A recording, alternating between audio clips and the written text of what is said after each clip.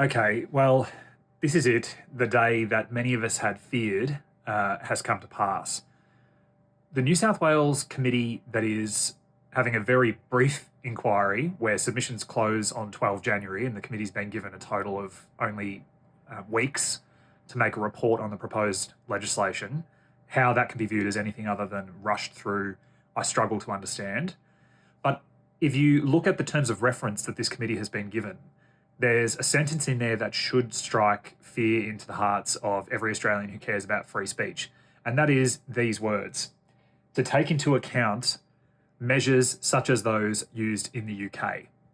Now, all of us have seen the video footage of police knocking on people's doors for social media posts, and we can see very clearly that this kind of legislation in an Australian context is much more likely to be state-based legislation.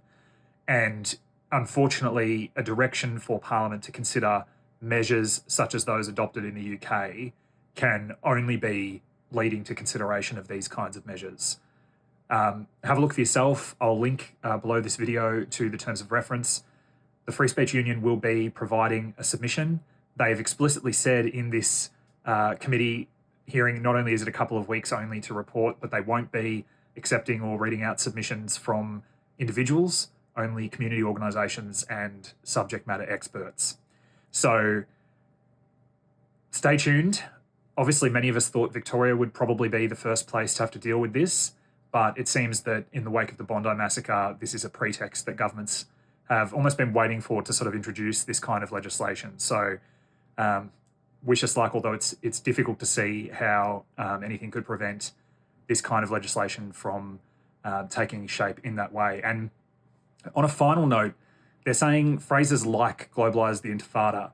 Now, phrases like doesn't mean anything legislatively. What this will mean is that it will be any terms or phrases the government or an organisation such as the e-safety office at a state level, whatever that might look like, will determine and be the judge of what is a phrase likely to incite hatred or disturb community safety, which is a very, very low threshold indeed compared to normal laws of this kind.